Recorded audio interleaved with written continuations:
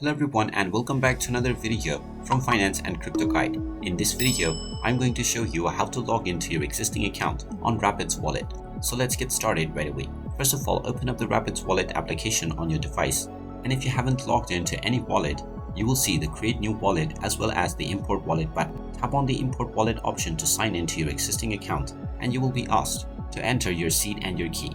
This 12-digit seed is given to you while you sign up for your account and while you set up your wallet. Just enter the seed key within the given box in its respective order and then enter your wallet title. You can then click on the next button and then tap on the yes button, and now you will be allowed to set up a new password for your account. After typing in your new password, tap on set password and then type in this new password once again for confirmation. Finally, tap on a confirm password and you will be logged into your Rapids Wallet account right away. And there you have it. That is how easy it is to sign into your existing account on Rapids Wallet. If you find this video helpful, make sure you hit that like button and subscribe to our channel if you haven't done so already. Also ring that notification bell to never miss another update from us. Thank you for watching and I will see you again in the next video.